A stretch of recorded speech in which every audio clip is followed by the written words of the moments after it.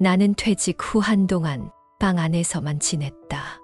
정년퇴직이란 말은 어느 정도 준비된 이에게는 새 출발이 될 수 있겠지만 나에게는 하루아침에 거실 의자와 한 몸이 되는 의미였다. 그런데 그런 내가 갑자기 도자기를 배우기 시작했다. 그것도 내 의지가 아니라 우편물 하나 때문이었다. 나는 어느 날 아침 우유를 가지러 나갔다가 현관 앞에서 이상한 전단지를 발견했다. 40 이후에 시작해도 늦지 않습니다. 생활도예 무료 체험. 나는 평소라면 그냥 재활용함에 버렸겠지만 무료라는 단어의 발기를 멈췄다. 게다가 위치도 가까웠고 뭔가 이유는 모르겠지만 그날따라 이상하게 손끝이 근질거렸다. 내가 도예 공방 문을 열었을 때 안에는 예상보다 다양한 사람들이 모여 있었다. 그 노인도 있었고 조용히 흙을 만지작거리던 주부도 있었다. 공방의 주인은 조용한 말투로 나를 환영했고 처음엔 흙을 주무르는 법부터 알려주었다. 나는 생각보다 흙이 말 안 듣는다는 사실에 놀랐다. 손끝으로 눌러도 퍼지고 밀어도 삐딱해졌다. 나는 첫 수업 후 손에 묻은 흙을 씻으며 생각했다. 이게 뭐라고 이렇게 집중하게 되지? 그렇게 며칠 후 나는 정식 수강 등록을 하고야 말았다. 수업은 매주 한 번 2시간씩이었다. 공방은 늘 조용했고 라디오에서 흘러나오는 클래식 음악과 물레 돌아가는 소리만이 공간을 채웠다. 나는 점점 손의 감각이 살아나는 것을 느꼈다. 처음에는 엉성하던 그릇들이 조금씩 형태를 갖춰갔고 선생님도 고개를 끄덕이며 칭찬을 아끼지 않았다. 한 달쯤 지났을 무렵 나는 공방에서 만난 다른 수강생들과 이야기를 나누기 시작했다. 그 노인은 은퇴 후 건강이 급격히 나빠져 걷기도 힘들었지만 도예를 하면서 손끝 감각과 함께 마음도 살아났다고 말했다. 또 다른 주부는 갱년기 우울증으로 힘들었지만 흙을 만지면서 마음이 편안해졌다고 고백했다. 나는 놀랐다. 자신만의 취미라고 생각했던 도예가 이렇게까지 건강과 연결되어 있었다는 사실에 나는 도예가 단지 작품을 만드는 행위가 아니라 손끝으로 자신을 되돌아보는 시간이라는 걸 깨닫게 되었다. 그러던 중 공방에서 작은 전시회를 연다는 소식이 들려왔다.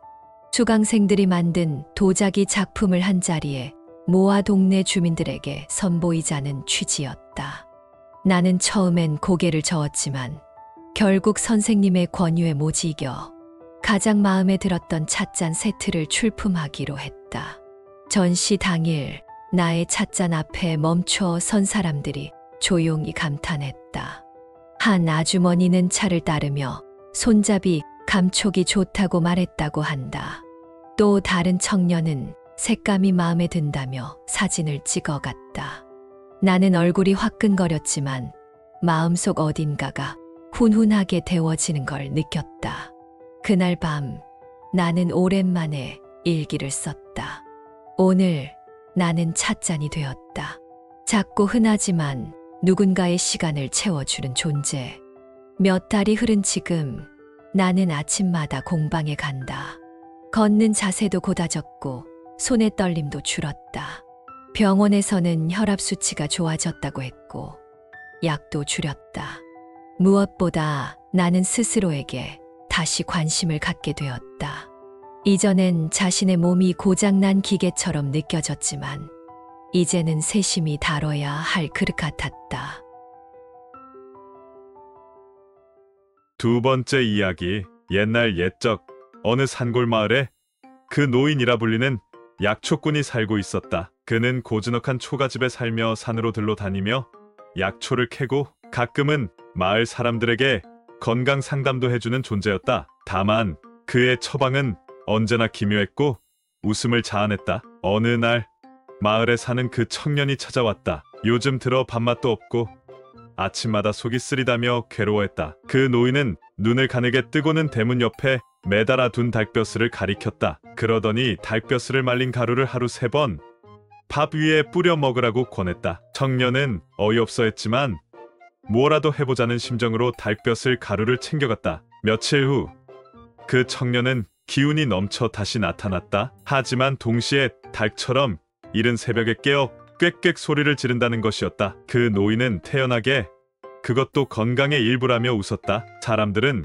그 청년을 닭사람이라 불렀고 마을에는 새벽 4시에 닭 대신 사람 목소리가 울려 퍼지게 되었다. 그 노인의 기이한 처방은 여기서 끝이 아니었다. 어느 날 장에 갔다가 갑자기 현기증이 낯설어졌다는 그녀가 찾아왔다. 그 노인은 심각한 표정을 지으며 된장을 주걱째 떠서 내밀었다. 된장을 양볼에 바르고 1시간 동안 아무 말도 하지 말라고 했다. 그녀는 의심 가득한 눈빛으로 된장을 발랐고 우연히 마을 잔치에 얼굴을 내밀었는데 그 모습이 우스꽝스러워 모두가 웃음을 터뜨렸다. 그녀는 무안함을 무릅쓰고 된장을 바른 채 1시간을 견뎠고 놀랍게도 그날 이후 현기증이 사라졌다고 한다. 물론 이후로 마을 어르신들은 그녀를 된장 아씨라 불렀다. 가장 유명한 사건은 울보 대장으로 알려진 중년 사내의 일이었다. 그는 늘 어깨가 결린다며 아프다고 울부짖었고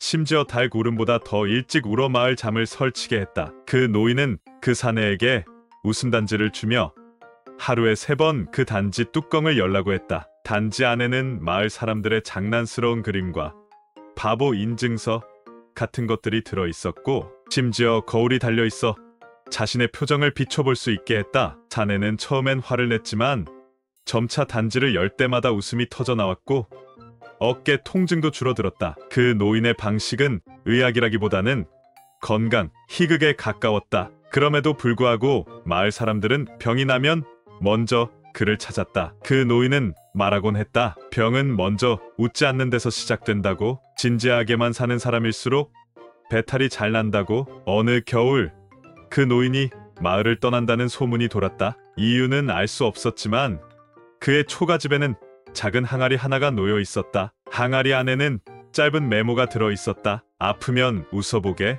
몸이 따라 웃을 걸세. 사람들은 그 항아리를 웃음단지라 부르며 마을 회관에 놓아두었다. 그 이후 마을엔 의원도 약방도 들어섰지만 여전히 그 노인의 전설은 이어졌다. 누군가 몸이 아프다 하면 마을 사람들은 된장을 찾고 단지를 열어보며 닭뼈슬 가루를 뒤적였다. 과학적으로 맞는지는 몰라도 모두 건강하게 웃으며 잘 살았다. 오늘 이야기 어떠셨나요? 건강은 때로는 엄숙한 약보다 실없는 웃음에서 시작될지도 모릅니다. 오늘도 여러분의 하루에 작은 웃음 하나가 함께하길 바랍니다. 다음 이야기에서 또 만나요. 구독과 좋아요 부탁드려요.